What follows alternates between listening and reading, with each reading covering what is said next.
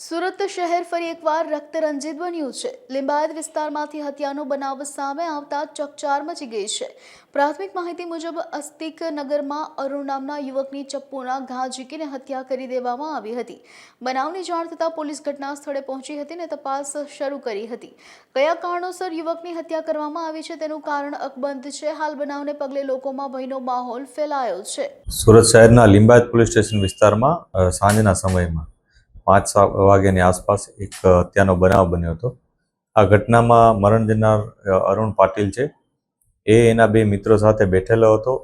એના જે પરિચિતમાં છે, એકનું નામ દેવીદાસ સુખદેવ કરીને છે, દેવીદાસ ઉર્ફે ડેવિડ, અને બીજાનું નામ છે સની હલવાઈ।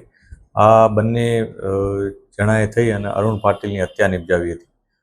કોઈ અગમ્ય કારણસર બંને વચ્ચે કોઈ ઝઘડો થયા હોવાનું જાણવા મળ્યું છે અને એ બાબતની પોલીસ અત્યારે તપાસ કરી રહી છે। જે આરોપીઓ છે એને અમે આઈડેન્ટિફાઈ કરી અને એ લોકોને હસ્તગત કરવાની કાર્યવાહી અત્યારે ચાલુ છે અને જે ભોગ બનનાર છે એનું પોસ્ટમોર્ટમનું કરાવડાવી કામગીરી અને બાદમાં અમે આગળની કાર્યવાહી કરીશું। મરણ જનાર છે એનું નામ અરુણ પાટીલ છે।